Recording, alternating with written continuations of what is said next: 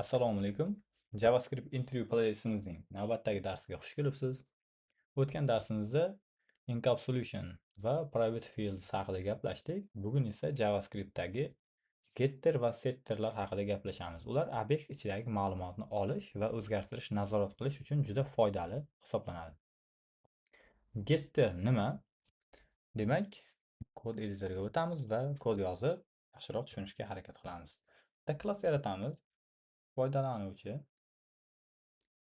foydalanuvchi va bu joyga konstruktor deymiz va uni ichiga ism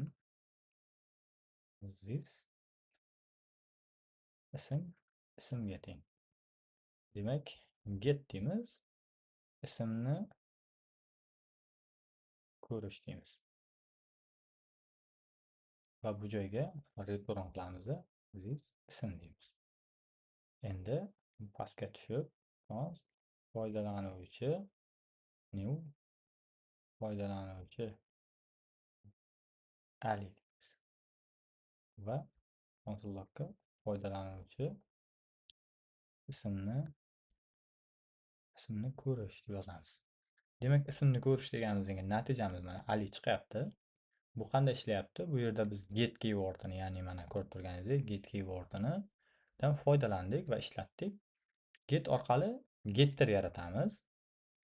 Getter property kabi chaqiriladi. Ya'ni eslab qoling, property kabi chaqiriladi. E'tibor bersangiz, mana bu joyda foydalanuvchi ismni ko'rish deb yozmadik. Ya'ni mana bunaqa yozmadik. Mana bunaqa yozmadik. Ko'rdingizmi? Biz mana bunaqa yozdik. Shu tartibda yozdik.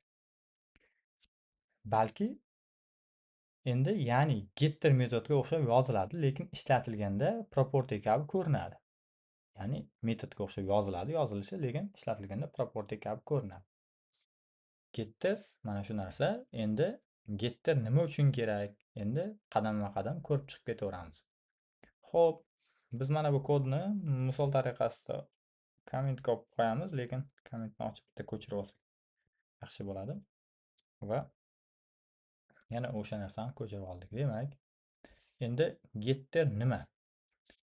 O'zgartirib chiqamiz.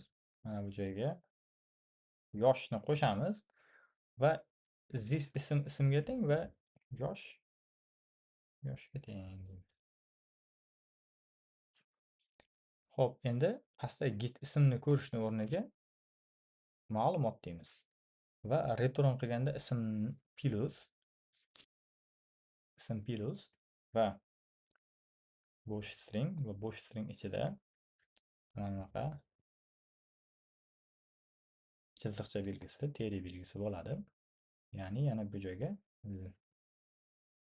this yosh plus va bu joyga yosh deymiz.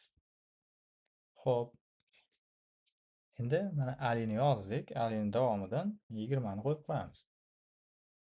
Endi pastda xuddi shu narsani foydalanuvchidan keyin ma'lumot deb chaqiramiz. Va ko'rib turgan Ali 20 yosh deymiz. Demak, yana bir marta getter yordamida bir nechta ma'lumot birlashtirib, tashqariga bitta property sifatida chiqarishimiz mumkin. Bu yerda ma'lumot getteri ism va yosh qiymatlarini birlashtirib qaytaryapti. Ya'ni muhim jihati getterda qiymatni olamiz, o'zgartirmaymiz. Eslab qolishingiz kerak. Getter nima uchun kerak? Getter qiymatni olishimiz uchun kerak. Ya'ni birlashtirib mana bu Ali bilan 20 yosh deganini mana chiqarib olyapmiz. Endi setter nima desak, mana bu getterni biz komment qilib turamiz va yana bitta klass yaratamiz va foydalanuvchi konstruktor, hop, ichida ism va bu yerdan hop this deymiz, ism va ism deymiz. Demak, konstruktordan keyin endi biz get emas, endi set yozamiz. Yangi ism va buni ichida ism bo'ladi. Mana buni yaqinroqdan qo'yamiz va setni ichida bu ham ism bo'ladi. va const foydalanuvchi foydalanuvchi ali bo'ladi. Foydalanuvchi hop yangi ism vali bo'ladi. Console log console log bu joyda foydalanuvchi va nuqta ism deb chiqaramiz endi. Endi ko'rib turganingizdek, bizga bu joyda ismga alini emas, valini chiqardi. Endi mana shu joyda setni foydasi, ya'ni set orqali yaratgan ishlarimizni ko'rib chiqamiz. Xo'p, bu joyda nima bo'lyapti? Setter qiymatni o'zgartirishi yoki o'rnatish uchun ishlatiladi. Yuqorida aytganimizdek, get faqat qiymatni olardik. Bunda qiymatni o'zgartirish va o'rnatishimiz uchun ishlatilar ekan setter. Bu yerda yangi ism setteriga vali qiymatini berdik, ya'ni mana yangi ismga vali qiymatini berdik. Setter avtomatik ishga tushdi va this ism qiymatini o'zgartirdi. Getterdan farqli ravishda setterni chaqirishda, ya'ni barobar, ya'ni teng operatordan foydalanamiz. Xo'p, endi siz bilan getter va setterni endi birgalikda ko'rib chiqamiz. Xo'p, demak, yana kodga o'tib yozamiz. Class foydalanuvchi va bu joyga ism deymiz va uni konstruktor ism ichidan this nuqta ism va ism deb mana buni yopib qo'yamiz. Endi get deymiz, ya'ni ismni get bilan olamiz va return this ism deymiz. Xo'p, endi set deymiz, ism yangi ism. Bu joydan if bilan ishlatamiz, ya'ni yangi ismga yangi ism lengisi mana bu yerga 3 qo'yib qo'yamiz. Ya'ni this. Xo'p, ism yangi ism. Endi const foydalanuvchi ali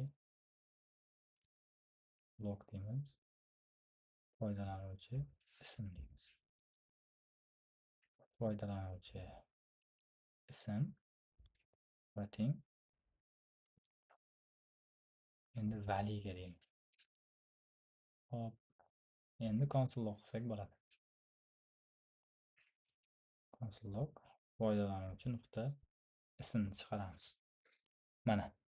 Demak, yuqorida ko'rganingizdek, mana biz kodimizni yozib oldik.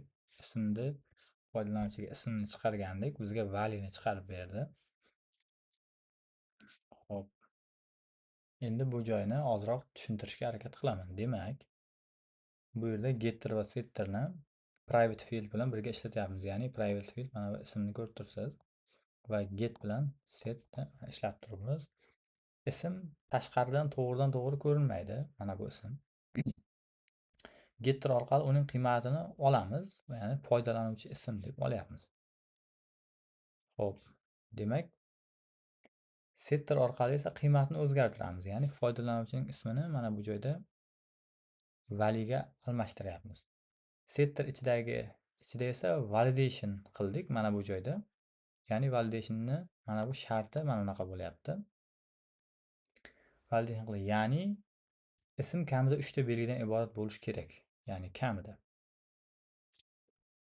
Mana bunaqa qilsak-chi, mana undefined bo'lib qoldi, ko'ryapsizmi? Kamida 3 ta. Xo'p, mana shu getter va setterni birgalikda ishlatish ko'rinishi hisoblanadi. Xo'p, bularni ham endi kommentga olib qo'yamiz va setter orqali endi bir validation qilib ko'ramiz. Ya'ni klass yaratamiz, foydalanuvchi bo'ladi. Yosh deymiz. Hop, yosh deymiz va set yosh, yangi yosh va if deymiz. If ichiga shart yozamiz. Yangi yosh, hop, 18 deb qo'yaylik va this yosh, yangi yosh get deymiz. Yosh, hop, return this yosh. Xo'p, endi const foydalanuvchi new foydalanuvchi. Foydalanuvchi endi yosh deymiz. Endi bu yoshni 15 deb qo'yamiz. Console logga foydalanuvchi yoshni chiqaramiz. Ko'rib turganingizdek undefined. Agar bunday qiladigan bo'lsak 20 chiqadi. Boya 15 qilgandik. Undefined chiqdi bizga. Xuddi mana shu setter orqali validation hisoblanadi. Bu yerda setter orqali tekshiryapmiz, yoshni tekshiryapmiz. Agar yosh 18 yoki undan katta bo'lsa, qiymatni saqlaymiz. Agar 15 esa shartga mos kelmaydi. Shuning uchun yoshga qiymat berilmaydi va getter undefined qaytaradi. Bu setterlarning amaliy jihatdan eng foydali tomonlaridan biri ma'lumotni o'zgartirishdan oldin tekshiradi. Shunga qarab saqlaydi yo saqlamaydi. Xuddi mana shu validation hisoblanadi. Xo'p, endi getter va setterning farqlarini bir yodga olamiz. Ya'ni getter get, ya'ni get degani hop olish. Set desa, setter esa set, ya'ni o'rnatish yoki o'zgartirish hisoblanadi. Getter odatda qiymatni return qiladi. Setter esa yangi qiymatni qabul qiladi va kerak bo'lsa uni tekshiradi. Xo'p. Endi an'anamizga sodiq qolgan holda bitta intervyu savolini ko'ramiz. Demak, klass yaratamiz.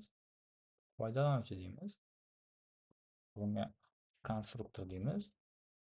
Va bu joyga ism va ismdan keyin ism getning deymiz. Xo'p, endi get ismni ko'rish deymiz. Xo'p, endi mana bu joydan return qilamiz. This ism. Hop, endi pastdan bitta o'zgaruvchi yaratamiz. Foydalanuvchi deymiz. Va new foydalanuvchi ichidan Ali. Console logga foydalanuvchi ismni ko'rish deymiz. Xo'p, natijamiz Ali chiqdi. Endi mana sizga savol tushdi. Natija nima bo'ladi? Javob masalan Ali bo'lib turibdi. Biz ko'rib turibmiz. Ya'ni ismni ko'rish getter bo'lgani uchun uni qavssiz chaqiramiz. Ya'ni mana bu yerda qavs bo'lmaydi. Getter this ismi qiymatini qaytaryapti mana bu yerda. Ism qiymatini qaytaryapti. Shuning uchun natijamiz Ali chiqyapti. Soddagina, ya'ni siz yuqorida ko'rgan ma'lumotlaringizni eslab qo'ygan holda bu mana bunaqa savollar sizga oddiy savol bo'lib chiqadi. Demak, xulosa qiladigan bo'lsak darsimizdan getter qiymatni olishni, setter esa qiymatni o'zgartirishni boshqaradi. Ayniqsa, xo'p, setter ichida validation qilish va private field bilan birga ishlash juda foydali hisoblanadi. Intervyuda esa getter va setterning farqi, ularni qanday chaqirish va setter orqali validation qilish haqida savollar berilishi mumkin.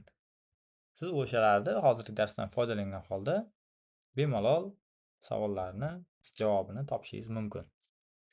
Demak, hammaga rahmat. Sog' bo'ling, salomat bo'ling. Darsimizni yakunlaymiz.